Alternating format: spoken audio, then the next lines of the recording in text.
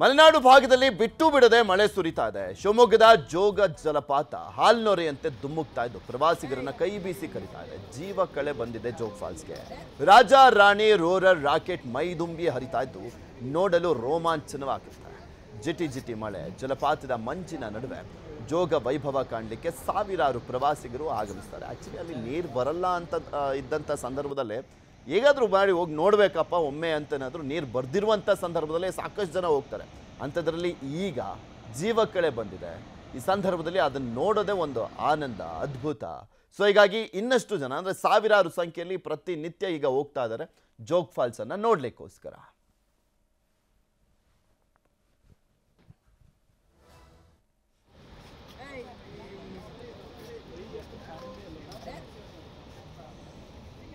ರಾಜ್ಯದಾದ್ಯಂತ ಮುಂಗಾರು ಮಳೆಯ ಅಬ್ಬರ ಜೋರಾಗಿದೆ. ಜುಲೈನ ಮೊದಲ ವಾರದಲ್ಲೇ ಅಧಿಕ ಮಳೆ ಸುರಿತಾ ಇರುವಂಥದ್ದು. ವಾರದಲ್ಲೇ 25% ಅಧಿಕ ಮಳೆ ಆಗಿದೆ. ವಾಡಿಕೆಗಿಂತ 25% ಜಾಸ್ತಿ ಮಳೆ ಆಗಿದೆ. ಈ ಬಾರಿ ಜುಲೈನ 7 ದಿನಗಳಲ್ಲಿ 72 ಮಿಲಿಮೀಟರ್ ಮಳೆ ಆಗಿರುವಂಥದ್ದು. ವಾಡಿಕೆಗಿಂತ 25% ಹೆಚ್ಚು ಮಳೆ ಆಗಿದೆ. ಕರಾವಳಿ ಭಾಗದಲ್ಲಂತೂ ಅತ್ಯಧಿಕ ಮಳೆ ಆಗಿರುವಂಥದ್ದು. ಬಿಕಾಸ್ ಅಲ್ಲಂತೂ ನಿರಂತರವಾಗಿ ಮಳೆ ಸುರಿತಾನೆ ಇದೆ. ಬ್ರೇಕ್ಗಿನ್ನ ಮುಂಚೆ ತೋರಿಸ್ತಾ ಇದ್ವಿ ದಕ್ಷಿಣ ಕನ್ನಡ, ಉಡುಪಿ, ಉತ್ತರ ಕನ್ನಡದಲ್ಲಿ ಯಾವ ರೀತಿಯಾಗಿದೆ ಪರಿಸ್ಥಿತಿ. ಜನಜೀವನ ಅಸ್ತವ್ಯಸ್ತವಾಗೋಗಿದೆ. ಇಂಥ ಪರಿಸ್ಥಿತಿ ಇರುವಂಥ ಸಂದರ್ಭದಲ್ಲಿ ವಾಡಿಕೆಗಿಂತ 25% ಹೆಚ್ಚು ಮಳೆ ಸುರಿದಿದೆ ಅಂದರೆ ಲೆಕ್ಕ ಹಾಕಲಿ. ಅದು ಅಲ್ಲದೆ ಇನ್ನೂ 5 ದಿನಗಳ ಕಾಲ ಮಳೆ ಸುರಿಯಲಿರುವಂಥ ಕಾರಣಕ್ಕೋಸ್ಕರ ರೆಕಾರ್ಡ್ ಬ್ರೇಕ್ ಆಗುತ್ತೆ.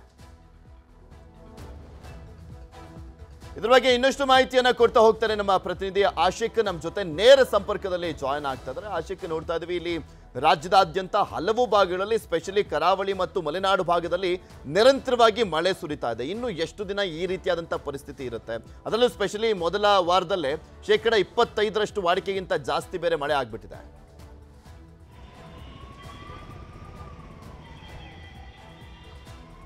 ಹೌದು ಪೃಥ್ವಿ, ಇನ್ನೂ 5 ದಿನಗಳ ಕಾಲ ಇದೇ ರೀತಿಯಾಗಿ ಮಳೆ ಬೀಳುತ್ತೆ ಅನ್ನುವಂಥ ಒಂದು ಮಾಹಿತಿಯನ್ನ ರಾಜ್ಯ ಹವಾಮಾನ ಇಲಾಖೆಯ ತಜ್ಞರು ಕೊಡ್ತಾ ಇರುವಂತದ್ದು. ಅಂದ್ರೆ ಮುಖ್ಯವಾಗಿ ಕರಾವಳಿ ಮತ್ತು ಮಲೆನಾಡು ಭಾಗದಲ್ಲಿ ಅತಿ ಹೆಚ್ಚು ಮಳೆಯಾಗುವಂತ ಸಾಧ್ಯತೆಗಳಿದೆ. ಹೀಗಾಗಿ ಮುಂದಿನ 5 ದಿನಗಳ ಕಾಲವೂ ಕೂಡ ಈ ಭಾಗದಲ್ಲಿ ಆರೆಂಜ್ ಅಲರ್ಟ್ ಅನ್ನ ಘೋಷಣೆ ಮಾಡಿರುವಂತದ್ದು. ಈ ದಕ್ಷಿಣ ಕನ್ನಡ ಜಿಲ್ಲೆ, ಉಡುಪಿ ಜಿಲ್ಲೆ ಮತ್ತು ಉತ್ತರ ಕನ್ನಡ ಜಿಲ್ಲೆ, ಈ 3 ಜಿಲ್ಲೆಗಳಿಗೂ ಕೂಡ ಆರೆಂಜ್ ಅಲರ್ಟ್ ಅನ್ನ ಕೊಟ್ಟಿದ್ದಾರೆ. ಇನ್ನು ಮಲೆನಾಡು ಅಂದ್ರೆ ದಕ್ಷಿಣ ಒಳನಾಡು ಪ್ರದೇಶದ ಕೊಡಗು, ಚಿಕ್ಕಮಗಳೂರು, ಶಿವಮೊಗ್ಗ, ಈ 3 ಜಿಲ್ಲೆಗಳಿಗೂ ಕೂಡ ಆರೆಂಜ್ ಅಲರ್ಟ್ ಅನ್ನ ಘೋಷಣೆ ಮಾಡಿರುವಂತದ್ದು.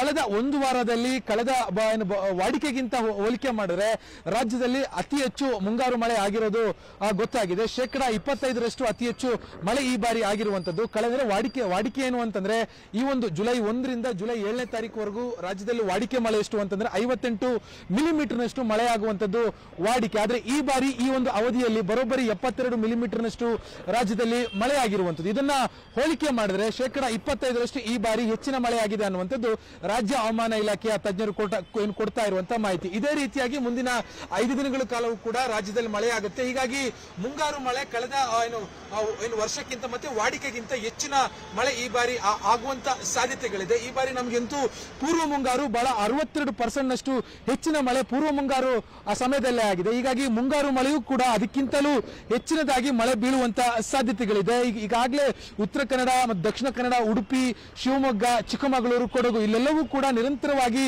ಮಳೆ ಸುರಿತಾ ಇದೆ. ಇದೇ ರೀತಿಯಾಗಿರುವಂತಹ ವಾತಾವರಣ ಇನ್ನೂ ಒಂದು 5 ದಿನಗಳ ಕಾಲ ರಾಜ್ಯದಲ್ಲಿ ಮುಂದುವರಿಯುತ್ತೆ. ಮತ್ತೊಂದು ಕಡೆಯಿಂದ ಉತ್ತರ ಕರ್ನಾಟಕ, ಉತ್ತರ ಒಳನಾಡು ಪ್ರದೇಶದಲ್ಲೂ ಕೂಡ ಇದೇ ರೀತಿಯಾಗಿರುವಂತಹ ಮಳೆ ಸುರಿಯುವಂತಹ ಸಾಧ್ಯತೆಗಳಿದೆ. ಜುಲೈ 12ನೇ ತಾರೀಕುವರೆಗೂ ಕೂಡ ಉತ್ತರ ಭಾಗದಲ್ಲಿರುವಂತಹ ಬೆಳಗಾವಿ, ಧಾರವಾಡ, ಗದಗ, ಬೀದರ್ ಸೇರಿದಂತೆ ಕೆಲವೊಂದಿಷ್ಟು ಜಿಲ್ಲೆಗಳಲ್ಲಿ ಬಹಳ ಧಾರಾಕಾರವಾಗಿ ಮಳೆ ಆಗುವಂತಹ ಸಾಧ್ಯತೆಗಳಿದೆ. ಹೀಗಾಗಿ ಅಗತ್ಯ ಕ್ರಮಗಳನ್ನು ತೆಗೆದುಕೊಳ್ಳೋದಕ್ಕೂ ಕೂಡ ಒಂದು ಮುನ್ನೆಚ್ಚರಿಕೆ ಸೂಚನೆಯನ್ನು ಕೂಡ ಹವಾಮಾನ ಇಲಾಖೆ ತಜ್ಞರು ಕೊಡ್ತಾ ಇರುವಂತದ್ದು. ಇನ್ನು ಬೆಂಗಳೂರಿಗೆ ಸಂಬಂಧಪಟ್ಟಂತೆ ಬೆಂಗಳೂರಿನಲ್ಲಿ ತಾಪಮಾನ ಗಣನೀಯವಾಗಿ ಕಡಿಮೆ ಇರುತ್ತೆ ಮತ್ತು ಸಂಜೆಯ ಹೊತ್ತಲ್ಲಿ ಮಳೆ ಬರುವಂತಹ ಸಾಧ್ಯತೆಗಳು ಕೂಡ ಇದೆ. ಬೆಂಗಳೂರಿನ ಕೆಲವೊಂದಿಷ್ಟು ಜಾಗದಲ್ಲಿ ಸಾಧಾರಣವಾಗಿರುವಂತಹ ಮಳೆ ಬರಬಹುದು ಅನ್ನುವಂತ ಒಂದು ಮಾಹಿತಿಯನ್ನು ಕೂಡ ಹವಾಮಾನ ಇಲಾಖೆ ತಜ್ಞರು ಕೊಡ್ತಾ ಇರುವಂತದ್ದು. ಪೃಥ್ವಿ, ಓಕೆ, ಧನ್ಯವಾದ ಆಶಿಕ್ ನಿಮ್ಮೆಲ್ಲ ಮಾಹಿತಿಗಾಗಿ.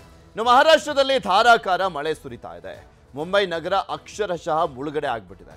ಚುನಾಭಟ್ಟಿ, ಸಿಯಾನ್, ಕುರ್ಲಾ ಪ್ರದೇಶಗಳಲ್ಲಿ ಪ್ರವಾಹದ ಪರಿಸ್ಥಿತಿ ನಿರ್ಮಾಣವಾಗಿರುವಂಥದ್ದು. ಚುನಾಭಟ್ಟಿಯಲ್ಲಿ ರೈಲ್ವೆ ಟ್ರ್ಯಾಕ್ ಮುಳುಗಡೆ ಆಗಿದೆ. ಮುಖ್ಯ ರಸ್ತೆಗಳಲ್ಲಿ ಸೊಂಟದವರೆಗೂ ಕೂಡ ನೀರು ಹರಿತಾ ಇದ್ದು ಜನಜೀವನ ಸಂಪೂರ್ಣವಾಗಿ ಅಸ್ತವ್ಯಸ್ತವಾಗಿದೆ. ಕಾರು, ಬಸ್ಸು, ಬೈಕುಗಳು ನೀರಿನಲ್ಲಿ ಮುಳುಗಡೆ ಆಗಿವೆ. ಮುಂದಿನ 3 ಗಂಟೆಗಳಲ್ಲಿ ಭಾರೀ ಮಳೆ ಆಗಲಿದೆ ಅಂತ ಹವಾಮಾನ ಇಲಾಖೆ ಮುನ್ಸೂಚನೆಯನ್ನು ಕೊಟ್ಟಿದೆ. ಎಚ್ಚರಿಕೆಯಿಂದ ಇರುವಂತೆ ಜನರಿಗೆ ಎಚ್ಚರಿಕೆಯನ್ನು ಕೊಡಲಾಗಿರುವಂಥದ್ದು. ಅಲ್ಲಿ ಪರಿಸ್ಥಿತಿ ಹೇಗಿದೆ ಅನ್ನುವಂಥದ್ದನ್ನು ಕೂಡ ನೀವು ಗಮನಿಸ್ಬೋದು. ಮಹಾಮಳೆಗೆ ಮುಂಬೈ ನಗರಿ ಕಂಪ್ಲೀಟ್ ಆಗಿ ತತ್ತರಿಸಿ ಹೋಗಿದೆ. ಇನ್ನು ಮಹಾರಾಷ್ಟ್ರದ ಕರಾವಳಿ ಪ್ರದೇಶಗಳಲ್ಲೂ ಕೂಡ ಅಷ್ಟೇ ಮಳೆ ಅಬ್ಬರ ಜೋರಾಗಿದೆ. ರಾಯಗಢ ಕೋಟೆಯಲ್ಲಿ ಭಾರೀ ಮಳೆ ಆಗಿದ್ದು ಜಲಪಾತ ಸೃಷ್ಟಿಯಾಗಿದೆ. ಬೆಟ್ಟದ ಮೇಲಿಂದ ಮಳೆ ನೀರು ಹರಿದು ಬರ್ತಾ ಇರುವಂಥ ದೃಶ್ಯ ಭಯಾನಕವಾಗಿದೆ. ಮೆಟ್ಟಿಲುಗಳ ಮೇಲೆ ರಭಸವಾಗಿ ಹರಿದು ಬರ್ತಾ ಇರುವಂಥ ನೀರಿನಲ್ಲಿ ಸಿಲುಕಿ ನೂರಾರು ಪ್ರವಾಸಿಗರು ರಕ್ಷಣೆಗಾಗಿ ಕೂಗಾಡ್ತಿದ್ದಾರೆ.